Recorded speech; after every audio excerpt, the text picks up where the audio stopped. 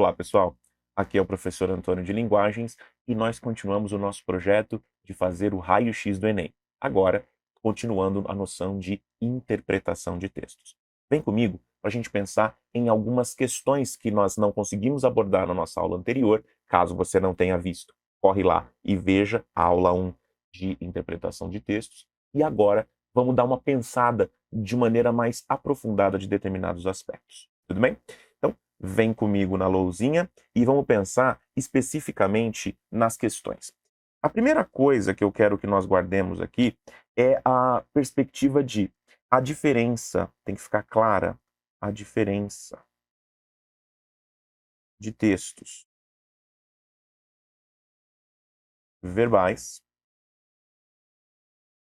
e não verbais.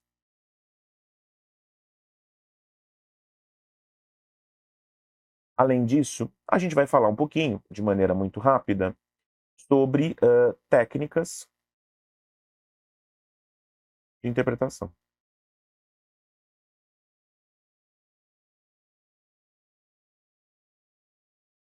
Ok? Então, gente, vamos pensar um pouquinho sobre algumas questões para a gente entender um pouco.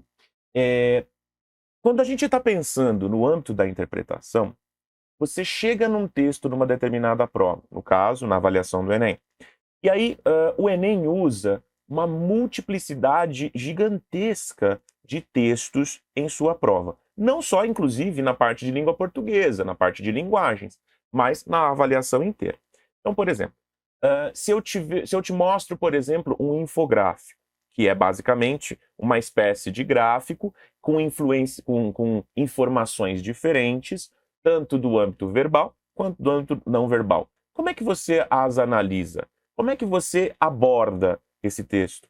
Da mesma forma, eu te dou um excerto de uma notícia. Como é que você chega no texto e busca de maneira rápida e de maneira assertiva a melhor das alternativas de resposta?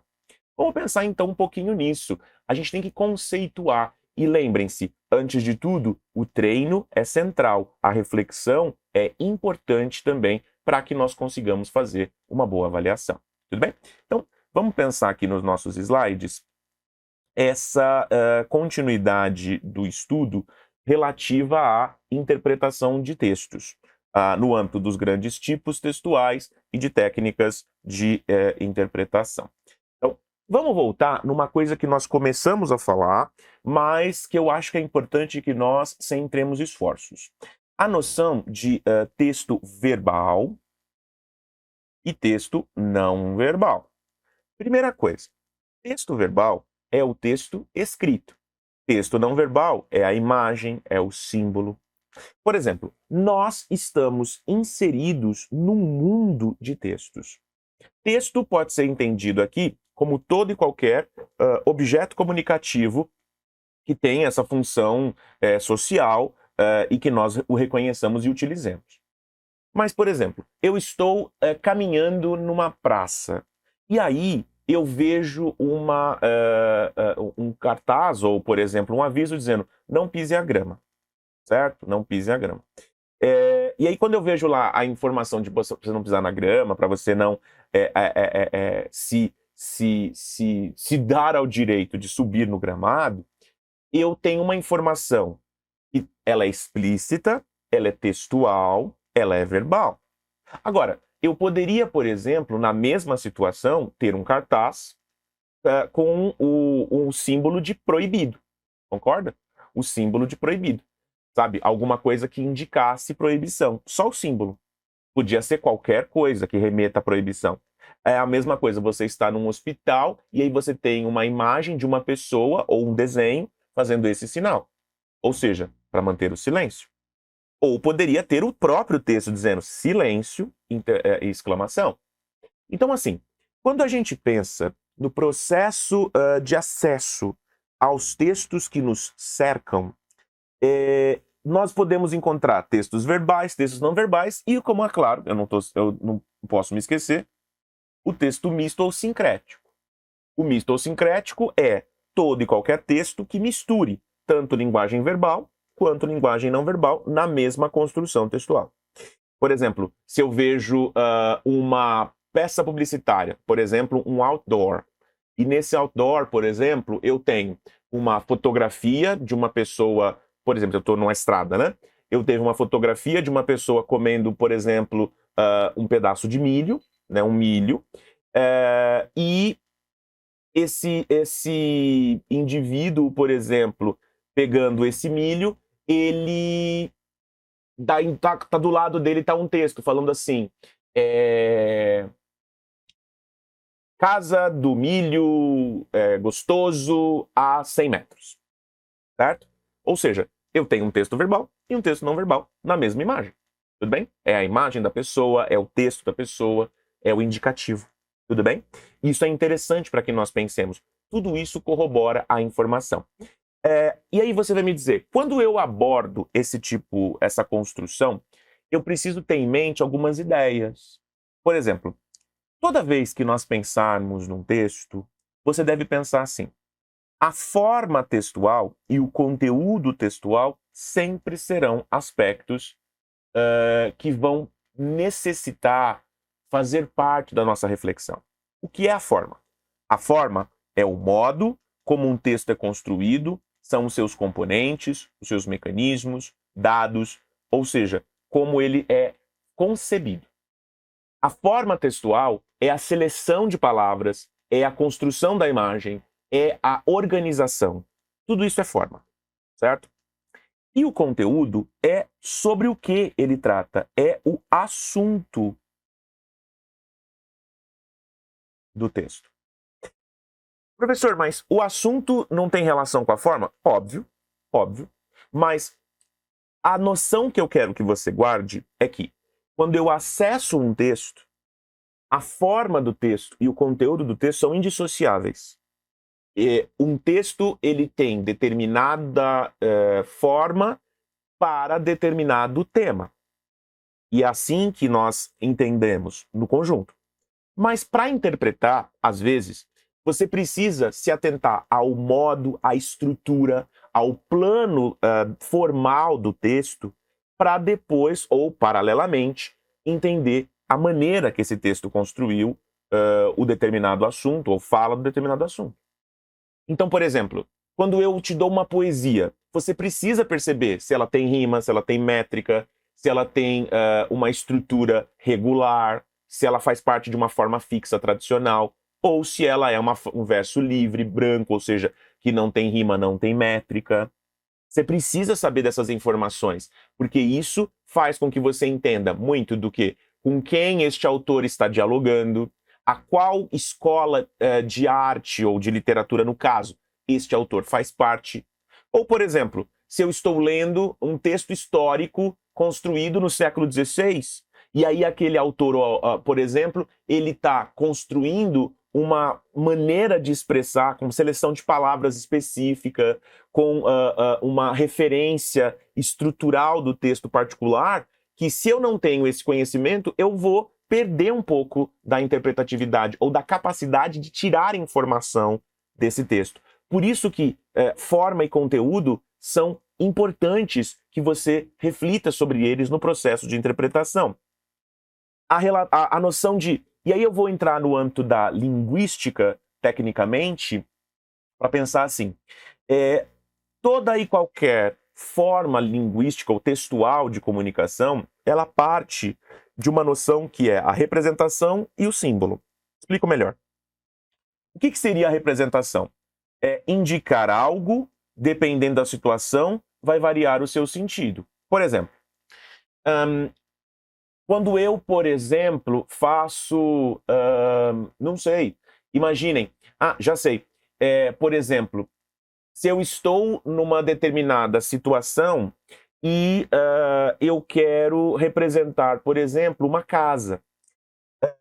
Eu posso, por exemplo, na nossa cultura, pensar na casa mais ou menos assim. Lembrando que isso é uma representação super precária de casa, né? Para uma criança seria ok, não para um adulto, que a minha condição de representação gráfica ela é muito básica. Mas pensem assim, você consegue entender que isso é uma casa. Agora, por exemplo, Será que toda e qualquer cultura que acessar essa mesma imagem vai considerar que isso seja uma casa? Por exemplo, um povo como, por exemplo, um povo inuit, uma determinada população indígena. Será que eles vão ter essa mesma imagem como modelo de casa para associar? Então isso vai variar. Então, por exemplo, já por outro lado, o símbolo é uma forma que ele é relativamente independente e ele costuma ser mais perene. Por exemplo, imaginem o sorriso. O sorriso costuma, na maioria das vezes, ser tido como um símbolo de algo positivo, de que você gosta, de que as sociedades humanas acham algo, por exemplo, relevante, está engraçado. Ou seja, o sorriso ele costuma ser um símbolo entre nós, de modo geral, associado a algo mais perene. Isso vale para texto, isso vale para qualquer forma. Quando, por exemplo, eu te dou um quadro, te dou um grafite, e aí você tem jogos simbólicos diferentes, ou símbolos diversos, representações diversas, você tem que se perguntar, o autor, ele tinha uma intenção específica? O autor está dialogando com algo em particular? É assim que a gente pensa. Imagine, por exemplo, que quando nós estamos no processo de interpretação, é central que nós conheçamos elementos do âmbito pré-textual, ou seja, onde esse texto foi veiculado, quem o produziu, em qual momento histórico, em qual situação, sem olhar o texto ainda. Agora, por exemplo, quais são o tipo de letra, se for no caso um texto escrito, quais são as imagens, com quem que ela dialoga. Isso é o âmbito pré-textual. Eu preciso ter condições de fazer uma descrição detalhada dos elementos que compõem a imagem. Eu preciso perceber ou tentar fazer uma sequência de analogias. Por exemplo, essa imagem parece com outra que existe no mundo? Essa imagem parece com uma outra coisa? Esse texto remete a outro? É o âmbito da intertextualidade? Eu preciso fazer esse movimento. Quais são os objetivos comunicativos daquele texto, segundo o seu autor? Para qual função ele foi concebido? Além disso, eu posso, em determinada situação, fazer, por exemplo, uma relação entre essa imagem que eu tenho, ou seja, o texto, a fotografia, o quadrinho, não importa, aquilo que está no texto e a realidade. Pensando, por exemplo, justamente, será que ela está concordando ou corroborando a realidade ou ela está ironizando a realidade? Por exemplo, é uma charge. A charge costuma ser uma exageração e tem crítica.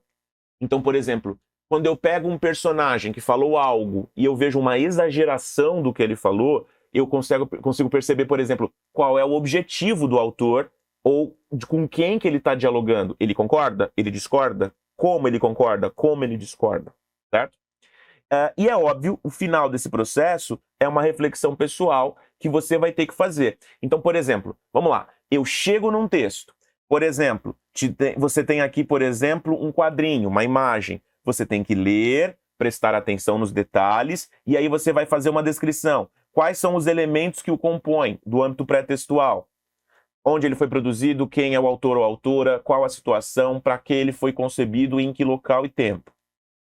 Eu preciso fazer, por exemplo, uma descrição sobre o que ele trata, como ele trata, quais são os itens. É um texto escrito, como é que é, sobre o que ele fala, quais são os princípios, qual é a seleção de palavras. Depois eu consigo fazer analogias. Eu relaciono este texto com outros textos que eu conheça ou algo que esteja acontecendo no presente ou no passado, dependendo de quando o texto foi produzido. Depois, quais são os objetivos comunicativos que aquele texto tem? Quais são? Depois, por exemplo, eu estabeleço uma relação entre aquilo que está presente no texto e a realidade. Por exemplo, ele colabora, ele ironiza, ele dialoga com a realidade, ele constrói uma outra realidade, ele fala de uma alternativa, ele é irônico, ele é crítico. O quê? E, por fim, eu faço uma reflexão final e isso me permite, por exemplo, elucidar e apontar uma resposta, no caso, por exemplo, de um exercício de interpretação. Então, gente, imaginem que isso é um pincelar no âmbito da interpretação. Fiquem comigo, aguardem os próximos textos, que nós ainda vamos fazer o nosso raio-x. Um beijo para vocês, um abraço para vocês e até a próxima aula. Tchau, tchau.